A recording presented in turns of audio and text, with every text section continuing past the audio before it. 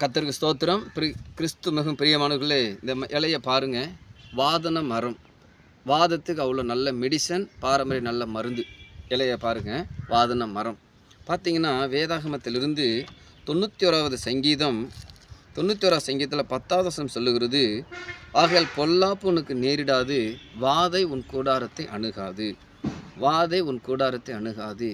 இந்த நாளில் தமிழ்நாடு அளவில், இந்திய உலக அளவில் சில குடும்பங்களில் மந்திரவாதத்தினால் கட்டப்பட்டு இருக்கிறாங்க. எல்லா நாளும் கைவிடப்பட்டு. அதாவது என்னாகமம் 23வது அதிகாரம் 23வது வசனம் சொல்லுகிறது, யாக்கோபுக்கு விரோதமான மந்திரவாதம் இல்லை, இஸ்ரவேலுக்கு விரோதமான குறி சொல்லுதலும் இல்லை.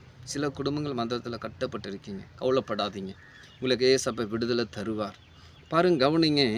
மத்தேயு 9வது அதிகாரத்தில் 6வது வசனம் சொல்லுகிறது, இந்த நாள் 6வது மாதத்தில் நம்ம கடந்து வந்திருக்கிறோம். 5 மாதம் பாதுகாத்து 6வது மாதத்தில் கடந்து வந்திருக்கோம். கவனிங்க, பூமியிலே பாவங்களை மன்னிக்க மனுஷகுமாரனுக்கு அதிகாரம் உண்டு என்பதை நீங்கள் அறிய வேண்டும் என்று சொல்லி திமிர்வாதக்காரனை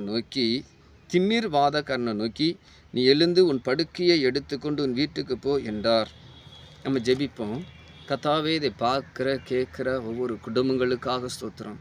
மந்திரவாதத்தில் கட்டப்பட்ட குடும்பங்கள், என் ஆண்டவர் விடுதலை தருகிறவரே உமக்கு ஸ்தோத்திரம் ஐயா. என்னாகமம் 23வது அதிகாரம் 23 வசனம் சொன்னது போல, யாக்கோபுக்கு விரோதமான மந்திரவாதம் இல்லை, இஸ்ரவேலுக்கு விரோதமான குறி சொல்லுது என்று வார்த்தையின்படி மந்திரத்தின் வல்லமைகள் செயலற்று போகட்டும். 1 யோவான் 3வது அதிகாரம் 8வது வசனம் சொன்னது போல, பிசாசனுடைய கிரிகளை அழிக்கும்படி தேவகுமாரன் வெளிப்பட்டீர் என்று வார்த்தையின்படி ஒவ்வொருவருக்கு விடுதலை தாங்குவீராக. விடுதலை தந்து பிள்ளைகள் ஆசீர்வாதையும்.